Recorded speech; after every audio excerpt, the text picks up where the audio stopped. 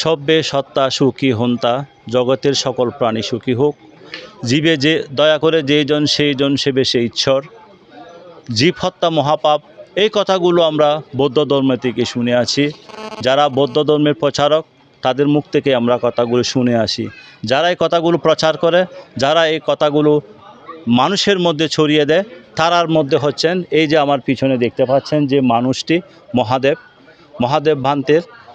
আজকে সারা বাংলাদেশে যে ঘটনাটা নিয়ে তুলপাড় হচ্ছে, সে প্রত্যন্ত বান্দরবন পাহাড়ি এলাকায় যে ঘটনাটি নিয়ে তুলপাড় হচ্ছে, এই পরম পূজনীয় ডক্টর এফ দীপঙ্কর মহাদেবের হত্যাকে নিয়ে। কেউ বলছে রহস্য, কেউ বলছে আত্মহত্যা, কেউ বলছে হত্যা। তাহলে আমরা একটু পিছনের দিকে যাই, দেখি কি হয়েছিল। তার আগে আমরা দেখেছিলাম এই শান্তি কামনাকারী পুরুষটি শান্তির আশায় পাহাড়ি মানুষকে অস্ত্র ছেড়ে শান্তির পথে আসতে বলেছিল। পাহাড়ি সন্ত্রাসীদেরকে অস্ত্র ছেড়ে দিয়ে ধর্মের পথে আসতে বলেছিল। সেটাই কি তার জন্য কাল হয়েছে? সেটাই কি তার জন্য আজ মৃত্যুর কারণ হয়েছে? আমরা তার জন্মস্থান ফরাঙ্কির কিলে এসেছি। এমন কোনো মানুষ নেই যাদের চোখে কোনো অশ্রু বিসর্জন হচ্ছে না। তারা একটা রত্ন হারিয়েছে, একটা বটবৃক্ষ হারিয়েছে। যে বটবৃক্ষটি সারা বাংলাদেশে ছায়া দিয়েছিল, সে ছায়া আজ তাদের মাথা থেকে উঠে গিয়েছে। আমি এখন এখানে যুক্ত করছি আমাদের মিডিয়া জগতের, আমাদের সাংবাদিক জগতের অন্যতম একজন মানুষ, যিনি এই ফরাঙ্কি কিলেরই সন্তান, ডাক্তার মহাদেবের রক্ত যার শরীরে প্রবাহিত, যিনি চট্টগ্রামের আনাচে কানাচে নিউজ নিয়ে কাজ করেন।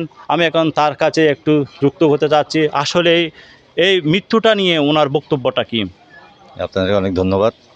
আসলে আমাদের ডাক্তার এফ দীপঙ্কর মহাতেরও ছিলেন একজন খুব মানবাধিকারের মানুষ, মানে মানবতা, মানুষের কল্যাণে কাজ করে গেছেন তিনি। আসলে তিনি এত বড় একটা মহামানব, তিনি কখনো আত্মহত্যা করতে পারেন না। এটা নিশ্চয়ই ওনাকে পরিকল্পিতভাবে খুন করা হয়েছে।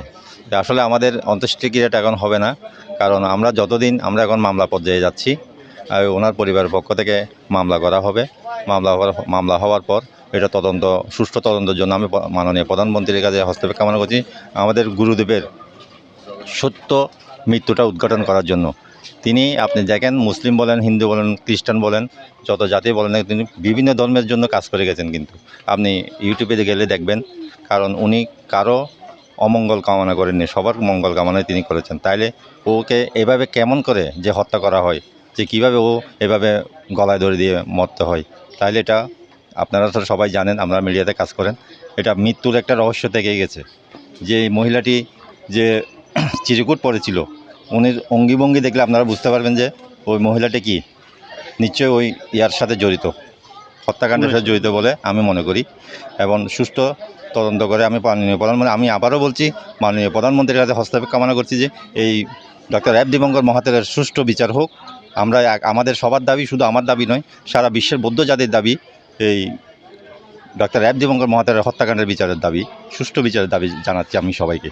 ধন্যবাদ। দাবি আদায় না হওয়া পর্যন্ত কি আপনারা তার শেষকৃত্য অনুষ্ঠান করবেন না, এটাই আপনাদের ঘোষণা? আমরা মামলা পর্যায়ে যাচ্ছি, তারপর দাবি আদায় না হলে আমরা কখনো এই অন্ত্যেষ্টিক্রিয়া করব না।